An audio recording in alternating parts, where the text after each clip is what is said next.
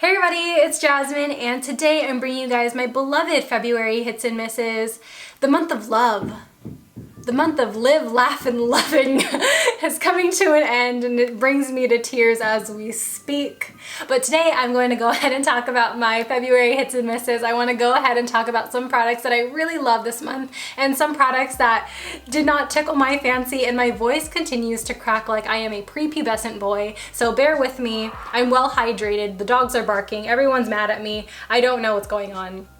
During this month, I try to utilize all of the makeup in my collection, and I tried really hard to not buy a whole bunch of makeup like I normally do. So I revisited a old primer, and that is going to be my Smashbox Primerizer. Since it's winter, I feel like a lot of my moisturizers tend to stop working at its best. So I decided, you know what, when I'm doing my makeup, let's go into an extra step and let's do a hydrating primer. Now, I really like this because of its thin consistency and texture. So if I apply this on the back of my hand, this is what one pump looks like. It doesn't look like a whole bunch, but it does spread out quite a bit, and it is just this beautiful thin texture. Because it is so thin, I find that it really goes deep into the epithelial tissues and really hydrates the skin. And so that's the reason why I am full force loving this right now, because it is winter and it is dry, so my skin really needs this product. It's pretty rare that I'll just use the primerizer alone on the skin, so I'll go ahead and use a different primer right on top. Now, because it was so dry, I rediscovered my Juno & Co. Moonshine Miracle Cream, and this is very similar to just a regular moisturizer, but I feel that this type of texture almost blurs my pores, and I really enjoy that because it kind of does it all for me. Hydrates, fill in the pores, makes the skin look really smooth and soft. This is kind of a top product for me, and I'm kind of sad that I neglected it, but I mean, right now I do have a lot of primers that are in my rotation, so I'm glad that I have something that I am loving again, because this is really a diamond in the rough product. Also, if you do want to support me, I am a Juno & Co. affiliate. I kind of forget that I am, but I am. Guaranteed I am. And I do have an affiliate link as well as a code to save you guys some money. So I do like that product from their line, and I also really like their rose sponge compared to the original sponge, and I kind of want to do a battle of the Juno & Co. sponge video. It sounds like a good time, to be quite honest, but those videos take me weeks to film, so who knows when that'll go up, but that's on my radar for another video. Remember when I talked about the primerizer and I said, you know, I tried to not buy anything new? I bought something new. But listen, I have been eyeing this for a really long time, and my shade just so happened to be in stock, and it just so happened to be the last one, so I bought it, okay? I had to. I had to.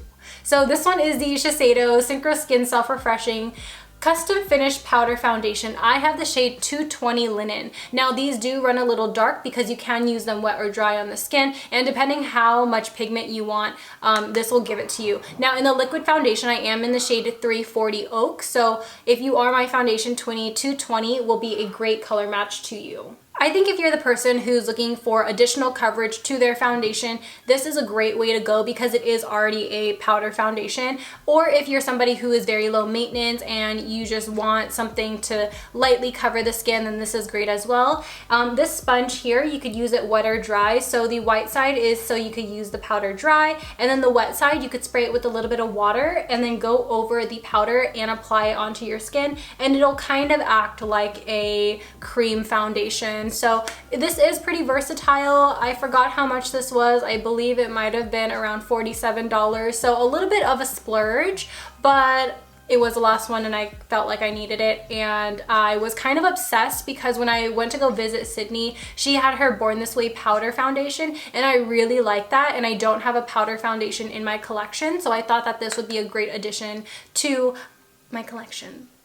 Now, when you travel with something, that's when you know you love her. Now, I have been sleeping over at Ryan's house because I have been doing like a lot of commuting, and where he is, it's kind of like in the middle of my commutes. So I've just been spending the night there on and off this whole entire month because work has been absolutely crazy and I haven't been able to breathe. Even today was supposed to be my chill day. Even today, it's just been absolutely insane. So I have always just been having a spare makeup bag with me at all times this month, and this is a palette that I have really been loving. This is the Makeup Revolution and Patricia Bright Face Palette. This is her Moonlight Glow Trio. So this has a bronzer, blush, and highlight, and I have rarely came across one of these trio palettes that I really absolutely loved.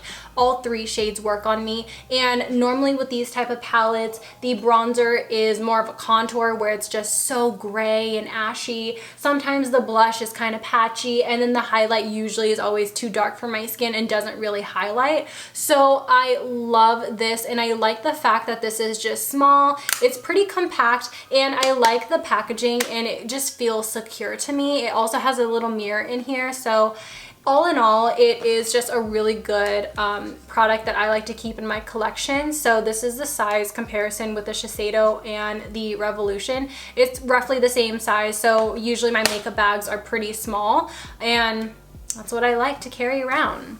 Currently in my collection, I feel like I have way too many concealers, so I just decided to pick up a concealer to just run through, and I chose Shape Tape, and I was reminded that Shape Tape was great. I was reminded that I don't have to set it in place, that it was just a apply and go, almost like those brow gel and go girls. This is a concealer and go type for me. So I am really obsessed with this. This is in the shade Light Medium.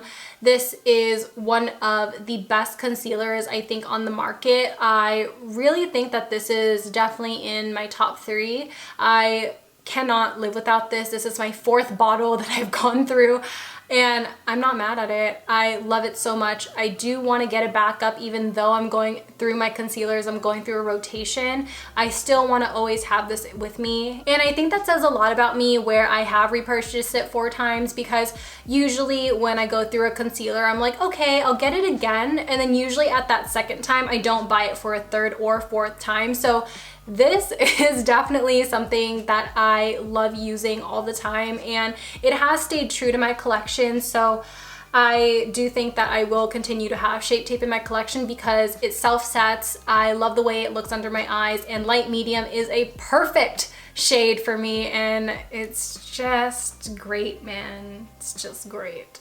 If some odd reason you were laying in bed and you were looking at the ceiling and you were thinking to yourself, I wonder what jasmine smells like. I have been smelling like this perfume all month long. This is the Dossier Fresh Woody No. 3. This is supposed to be a dupe for the Versace Eros perfume, and this is so delicious. I love the way Eros smells, and this smells exactly the same. I am obsessed, and I also really love the spray on here. It's so fine.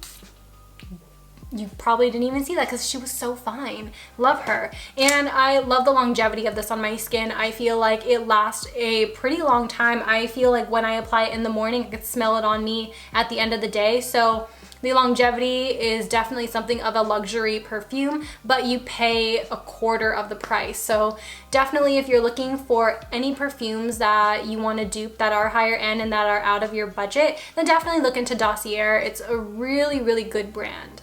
I have 3 different misses for you guys this month, and they're all so different. Now, the first one that I want to mention are Koko Lashes. Now, when I did my Koko Lashes try-on video, I did mention that goddesses always rip on me. There's never a time where goddess don't rip. So I decided, you know what, after the review, I'm going to take really good care of them, and I only wore them 1 time this month, and sure enough, they ripped on me. And I take such good care of my lashes. I'm not like tugging on them, and I'm not ripping on them. Like, I can guarantee you that I care for my lashes more than I care about brushing my hair or softly brushing my teeth. Like, I care so much about my lashes, okay? And they ripped. And same with the style 9 to 5. Those ones were so pretty, and those ripped on me today. So it's just so frustrating because Koko Lashes aren't cheap. They're like $8 a pop. So I wasted $16 just to wear them once.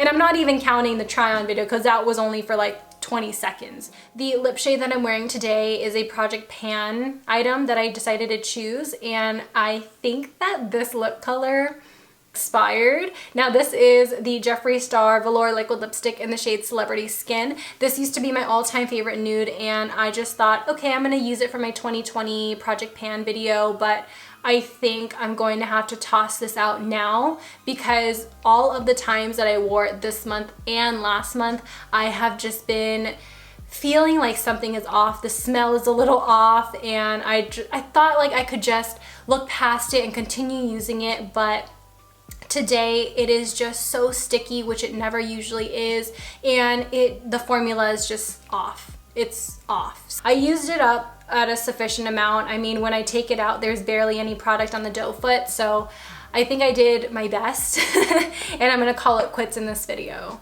The last miss is a deodorant. Now last month I mentioned that I really love the Kopari fragrance-free deodorant, but this month I'm mentioning that I don't like their original. I bought a trio pack, so it had the fragrance-free, it had the original, and it also had a charcoal one.